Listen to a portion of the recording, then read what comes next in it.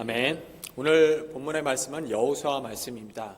여호수아 말씀 살펴보기 전에 우리 영상을 통해서 여호수아 말씀에 대한 개관을 좀 살펴보도록 하겠습니다.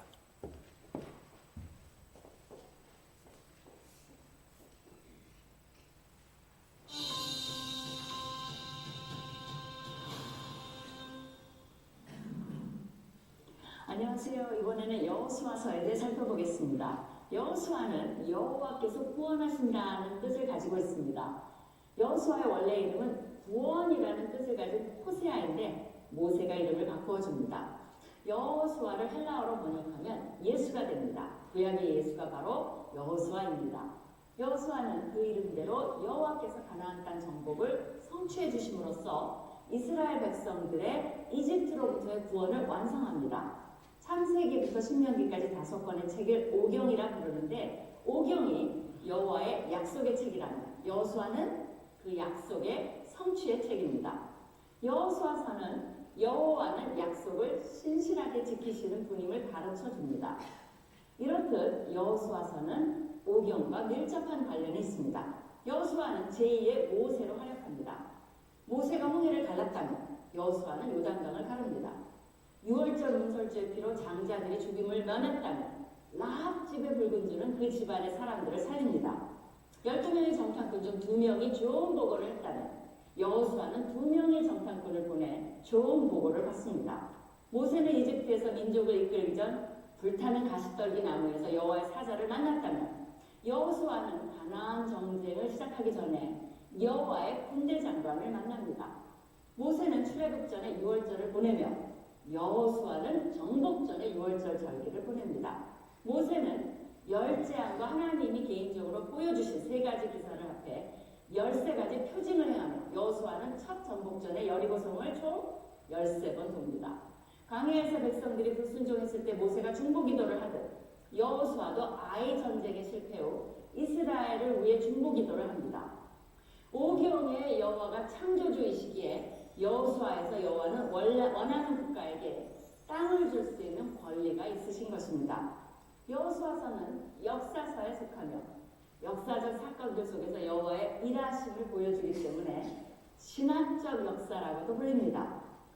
시대적 배경에 대해서는 학자마다 의견이 분분하나 대략 15세기 말 내지 13세기로 보는 두 견해가 주류를 이룹니다. 마지막에 여호수아의 죽음이 기록되어 있으므로 적어도 여호수아가 죽은 지 어느 정도 시간이 지난 후에 책이 완성되었다고 봅니다. 바알신을 섬기는 가나안 백성들의 음란한 문화는 고고학적 발견을 통해 잘 알려져 있습니다. 여호수아에서 가나안 땅 백성들을 진멸하라는 명령은 그들의 죄에 대해 심판하고 이스라엘 백성들의 거룩함을 유지하려는 2가지 목적을 모두 달성하기 위한 것입니다. 이렇게 여호와께서 직접 진두지휘하시고 여호와의 명령에 따라 행해지는 전쟁을 거룩한 전쟁 또는 여호와의 전쟁이라고 부릅니다. 여호와의 군대 장관이 나타난 것도 이 전쟁이 여호와께 속한 것임을 보여주고자 한 것입니다. 제사장이 언약궤를 메고 여리고성을 도는 것도 이 전쟁이 단순한 국가 간의 침략이 아닌 여호와의 전쟁임을 드러낸 것입니다. 동시에 이 전쟁은 돌이킬 수 없는 가나안의 죄에 대한 심판이며 하나님의 공의를 만천하에 선포하는 전쟁입니다. 그러기에 전쟁의 승리 비결이 군사력이나 무기에 있지 않고 하나님 말씀에 대한 순종 여부에 달려 있습니다. 하나님께서는 전쟁에 임한 리더인 여호수아에게 군사 전략이 아니라 율법책을 입에서 떠나지 말며 주야로 그것을 묵상하고 그 안에 기록된 것을 그대로 다 지켜 행하라고 요구하십니다. 율법을 지키면 모세와 함께 하셨던 것처럼 여호수아도 함께 하시겠다고 말씀하십니다. 여호수아서는 바로 이것이 전쟁의 승리 비결임을 가르쳐 주기 위해 쓰여진 것입니다. 여호수아서는 1장 12장의 정복, 13장 21장의 분배, 22장 24장의 여호수아의 고별사 이렇게 3 부분으로 나눕니다. 정복 부분에서는 여리고 전쟁을 비롯하여 아이성과의 전쟁, 기브온 거민의 사기극, 마지막에는 점령한 31개 성읍이 명단이 나옵니다. 분배 부분에서는 12지파 모두에게 분배를 마치면서 여호와께서 주리라 맹세하신 온 땅을 다 주셨고 약속하신 말씀이 하나도 남김없이 다 응했다라고 결론을 내립니다. 여호수아의 고별사 부분의 핵심은 여호와만 섬기고 그의 말씀에 순종하라는 것입니다. 여호수아는 경건한 리더십을 보여주는 훌륭한 모델입니다. 하나님께서 전쟁 후에 이스라엘에게 주신 안식은 신약에서는 우리가 들어갈 영원한 안식과 연결됩니다. 우리 모두는 지금 영적 전쟁에 있다는 것입니다. 이스라엘 백성들은 여호수아를 본받아 앞으로 갔지만 현대의 우리는 예수 그리스도를 믿고 그분을 본받아 믿음과 순종을 통해 영원한 안식에 들어가는 그날까지 영적 전쟁에서 열심히 싸워야겠습니다. 여호수아를 읽고 힘내서 승리하는 삶 사시기를 축원합니다. 네, 여기까지입니다. 목사님이 그냥 하는 것보다 영상을 좀 보면서 전체적인 내용을 좀 보면 어떨까 이렇게 얘기하셨고 준비했는데 지금 보니까 다들 눈이 초롱초롱하십니다. 이제 오늘따라 이제 컴퓨터가 조금 먹통이 되곤 했는데 또 영상이 잘 되네요. 이제 저만 잘하면 되지 않을까 이제 또 그런 생각이 좀 들었습니다. 1월 셋째 주 그룹 큐티 나눔입니다. 제목은 대적들이 크게 뭉칠지라도입니다. 우리 1번 질문부터 빠르게 한번 살펴보도록 하겠습니다. 1번, 아도니세덱은 기브온이 이스라엘과 화친한 것을 두려워합니다. 첫 번째 질문입니다. 기브온이 이스라엘과 화친했다는 소식에 예루살렘 왕 아도니세덱이 두려워한 까닭은 무엇입니까? 라고 되어 있는데요. 우리 10장 1, 2절이죠. 같이 한번 보도록 하겠습니다. 그때 여호수아가 아이를 빼앗아 진멸하되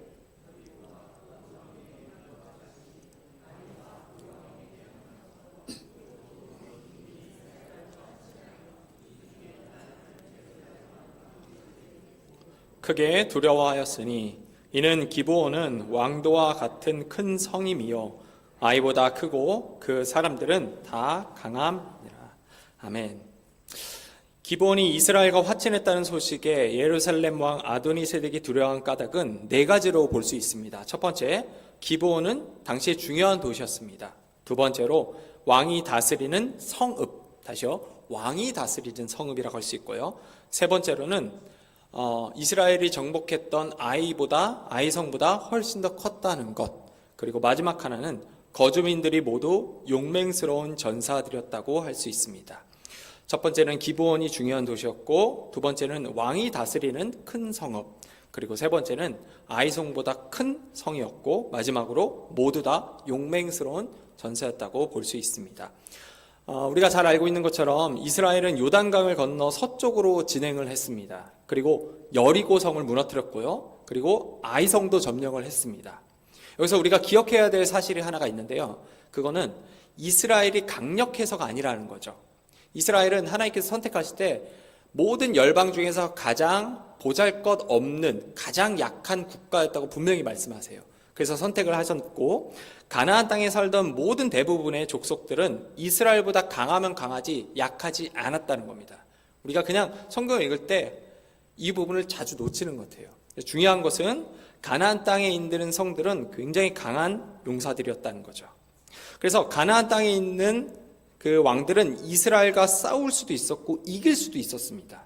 그 중 하나가 바로 오늘 본문에 방금 등장했던 기브온이라고 할 수 있죠. 그런데 기브온은 이스라엘과 싸우지 않고 이스라엘을 속여서, 우리가 읽은 본문 말씀 앞에 나오죠. 이스라엘을 속여 언약을 맺어버립니다. 여러분 좀 이상하죠? 기브온은 이스라엘과 분명히 물리적인 측면에서 볼 때 강했습니다. 근데 싸우지 않았어요. 왜 그랬을까? 이에 대해서 성경은 이렇게 얘기합니다. 기브온이 가나안 땅 밖에서 여호와 하나님이 이스라엘을 출애굽시키고 요단강 동쪽의 왕들을 물리친 사건을 들었다고. 그러니까 기브온은 마치 라합처럼, 여리고성에 우리 이방 여자였던 라합이 있었잖아요. 근데 그 라합이 이스라엘 편을 든 이유가 가나안 땅 밖에서 여호와 하나님과 이스라엘이 어떻게 살아왔고 어떻게 싸움을 했고 어떻게 승리했는지를 들었다라고 얘기를 해요. 마찬가지로 기브온도 강한 성과 같은 왕이 통치하는 강한 어떤 성읍이었는데 그 이야기를 들었다고 고백하면서 이스라엘을 속여서 언약을 맺습니다. 그런데 이 기브온의 행보는, 이런 기브온의 행복은 아도니세덱을 좀 곤란하게 만듭니다. 그 내용은 두 번째 질문과 연결되기 때문에 한번 살펴보겠습니다. 아도니세덱은 기브온을 저지하기 위해 어떤 결정을 내립니까? 3절에서 5절 말씀인데요. 우선 답부터 보면 이렇게 되어 있습니다. 아도니세덱이 기브온을 저지하기 위해서 내린 결정은 아모리 족속이 네 왕과 연합하여 더 큰 힘으로 기브온을 공격하려 했다는 것입니다. 기브온처럼 이스라엘 속여서 언약을 맺은 것이 아니라 그걸 포기하고 나머지 자기와 비슷한 상황에 있는 왕들과 연합을 해서 더 큰 힘을 만들어서 싸우겠다는 거죠. 기브온과 그 뒤에 있는 이스라엘과. 기브온이 이스라엘과 조약을 맺었다는 소식을 들은, 이게 가장 중요한 것 같아요. 들은 아도니세덱은 자신과 비슷한 상황에 있는 네 왕들과 동맹을 맺습니다. 참 이상하죠, 여러분? 앞에서도 이야기했지만 여리고 성에 살던 라합과 기브온은 이스라엘 소식을 듣고 여호와 하나님과 이스라엘 편에 서기로 결정을 합니다. 하지만 아도니세덱과 같은 사람들은 똑같은 소식을 듣고도 다른 결정을 내려요. 끝까지 고집부리며 죽음의 길을 선택하겠다고 하는 거죠. 우리가 복음을 전할 때 이런 경우를 많이 경험하지 않나 싶습니다. 복음을 전하고 분명히 맞는 이야기를 해도 끝까지 들으려고 하지 않는 것. 여기서 우리의 생명과 죽음이 결정되지 않나 그렇게 생각을 합니다. 나눔이 1입니다. 두려움에 빠진 아도니세덱은 아모리 족속 네 왕의 군대를 규합해 세력을 키울 뿐 이스라엘의 하나님께 항복할 생각은 하지 못했습니다. 두려움에 잘못 반응한 것이죠. 삶에서 느끼는 두려움이 무엇인지, 그리고 그 두려움을 극복하기 위해 어떤 방법을 성취하는지 이야기해 봅시다 라고 됐습니다. 우리 2번 보겠습니다. 하나님이 가나안 연합군을 격파하십니다 입니다. 첫 번째 질문입니다. 기브온의 구원 요청에 여호수아는 어떻게 반응합니까? 우리 7절과 9절 말씀 한번 보도록 하겠습니다. 먼저 7절인데요. 제가 읽겠습니다. 여호수아가 모든 군사와 용사와 더불어 길갈에서 올라가니라. 9절. 여호수아가 길갈에서 밤새도록 올라가 갑자기 그들에게 이르니 라고 되어 있습니다. 기브온 구원 요청의 여호수아는 이스라엘 최종의 부대, 이스라엘에 있는 가장 용맹스러운 전사들을 데리고 길갈을 떠나 밤새도록 쉬지 않았다는 거죠. 진군하여 기브온에 도착을 했다고 합니다. 이스라엘은 기브온과 언약을 맺었기 때문에 당연히 도와주러 가야만 했지만 동시에 가나안 땅 정복, 하나님께서 말씀하셨던 명령하셨던 가나안 땅 정복을 위해서도 언젠가는 붙어야 할 적들이었습니다.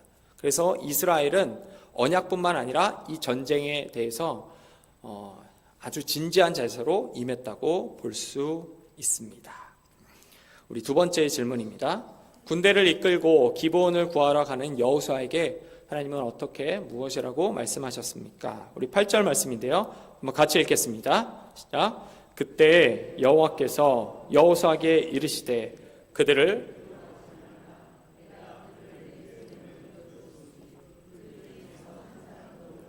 당할 자가 없으리라 하신지라. 아멘. 군대를 이끌고 기브온을 구하러 가는 여호수아에게 하나님이 이렇게 얘기하시죠. 그들을 두려워하지 말라. 내가 그들을 내 손에 넘겨주었으니 그들 중에서 한 사람도 너를 당할 자 없으리라. 우리 여호수아 말씀을 언급할 때마다 늘 하는 말씀이죠. 강하고 담대하라, 두려워하지 말라. 또 설교 중에도 가끔 얘기하시죠. 성경에 365번 자주 등장하는 말이 있다면 두려워하지 말라라는 거. 그 이야기를 다시 한번 하나님께서 하십니다. 이 전쟁에서 주목할 부분이 한 가지가 있다면, 그리고 이 질문에 대한 답을 우리가 한마디로 한 손에 딱 쥐어서 설명하자면 하나님의 개입이라고 할 수 있습니다. 여리고성 전쟁 때처럼 하나님은 여호수아에게 두려워하지 말라라고 다시 한번 말씀하셨고, 전쟁의 승리도 이미 이제 승리할 거야라는 그 승리를 이미 약속하십니다. 그리고 그 결과가 세 번째 질문과 연결됩니다. 아모리 연합군에서 가장 많은 전사가 발생한 원인은 무엇입니까? 라고 되어 있는데요. 11절 제가 한번 읽어보겠습니다. 그들이 이스라엘 앞에서 도망하여 벳호론의 비탈에서 내려갈 때에 여호와께서 하늘에서 큰 우박덩이를 아세가에 이르기까지 내리심에 그들이 죽었으니 이스라엘 자손의 칼에 죽은 자보다 우박에 죽은 자가 더 많았더라. 아모리 연합군의 가장 많은 전사자가 발생한 원인을 두고 성경은 하나님이 내리신 우박이라고 얘기를 합니다. 이스라엘의 칼보다 하나님이 직접 내렸던 우박의 사건으로 죽은 사람이 더 많다는 거. 다시 한번 한마디로 요약하면 하나님께서 이 전쟁에 개입하셨다는 거죠. 전쟁을 치르기도 전에 하나님께서 이거 반드시 승리할 거라, 두려워하지 마라, 이렇게 얘기를 하셨고, 실제로 하나님께서 우박을 내리셔서 전쟁에 승리하게 하셨습니다. 우리 나눔 2입니다. 밤새 행군한 데다가 가나안 지형에 익숙하지 않은 여호수아와 이스라엘 군대가 불리한 상황이었지만 그들은 하나님의 도움으로 아모리 연합군을 격파했습니다. 어려운 상황에서 하나님의 개입과 자원을 경험한 이야기를 나누어 봅시다라고 되어 있습니다. 오늘 질문에서 이제 다루지 않았지만 거의 항상 이 본문을 언급할 때마다 이제 꼭 짚고 넘어가는 구절이 있다면 아마도 여호수아가 전쟁을 치르면서 중간에 이렇게 딱 외쳤던 이야기, 태양아 기브온 위에 멈춰라, 이게 아닌가 싶습니다. 저만 그런 것 같기도 하고요. 제가 본문 말씀을 준비하는데 이게 가장 먼저 떠올랐거든요. 그래서 좀 이렇게 말씀을 준비하면서 살펴봤는데 이게 진짜 멈춘 건지 아닌지 궁금해서요. 살펴봤는데 5가지 정도 입장이 있다는 걸 제가 좀 보게 됐습니다. 첫 번째는 아마 한 번쯤 들어보셨을 겁니다. 저도 어렸을 때 들었는데 아직도 기억나는데, 첫 번째는 지구가 자전을 멈추었다는 입장입니다. 이게 아주 전통적인 입장이라고 얘기를 하고요. 오늘 본문의 말씀 여호수아 10장과 그리고 히스기야에서 해시계가 10도 되돌아간 사건을 두고 이게 두 개 합치면 하루라고 얘기를 해요. 그래서 이게 소위 과학적으로도 의미가 있다. 그래서 태양이 실제로 멈추었다라고 이야기를 하는데, 찾아보니까 이게 거짓과학이라고 얘기를 합니다. 좀 당황했습니다. 두 번째는 태양의 빛이 평소보다 오래 머물렀다는 해석이고요. 이게 진짜인지 아닌지에 대한 설명은 크진 않았습니다. 세 번째는 태양의 빛이 차단되었다는 해석, 그리고 네 번째는 태양이 실제로 머문 게 아니고 승리를 확신할 만한 것을 보여달라게 해서 나왔던 일종의 증표였다라고 합니다. 그리고 마지막 하나는 이거는 단순히 은이나 비유적 표현이라고도 되어 있습니다. 자, 여러분은 이 5가지 중에서 어떤 걸 선택하시겠습니까? 선택은 하셔야 됩니다. 어떤 걸 선택하시죠? 이 5가지 이제 얘기했는데 다 잊어버리셨죠. 저도 하면서 저도 해놓고 혼자서 까먹었거든요. 저도 이제 옛날 사람에 속해서 그런지 첫 번째가 맞는 것 같아요. 근데 이게 거짓 과학이라고 하니까 이게 어떻게 되지 이렇게 고민을 했는데, 책을 좀 이렇게 몇 가지를 더 살펴보니까 이런 표현이 있더라고요. 여기서 중요한 것은 어떤 기적이 일어났느냐가 아니라 어떻게 기적이 일어났느냐, 여기에 초점을 둬야 합니다. 이게 과학적인지 아닌지 그게 중요한 게 아니라 이 기적이 어떻게 일어났는가. 다시 말해서 기드온이 하나님께 외쳤고 하나님이 그 소리를 듣고 반응하셨다는 것, 이렇게 그 기적이 발생했다는 것, 여기에 핵심이 있다고 얘기를 합니다. 자세히 생각해 보니까 맞는 것 같아요. 이게 정말 과학적이 아니냐, 사실 뭐 그런 의미가 중요하긴 하지만 이 성경이라는 책은 우리에게 과학책으로 주어진 게 아니라 신앙을 위해서 주어졌거든요. 역사적 사실도 있고 과학적 근거도 있지만 가장 중요한 핵심 가운데 하나는 이게 우리의 믿음과 신앙을 위해서 주어졌습니다.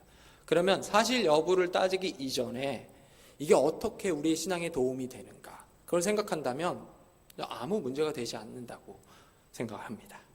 여러분, 이제 한 주가 시작되었습니다.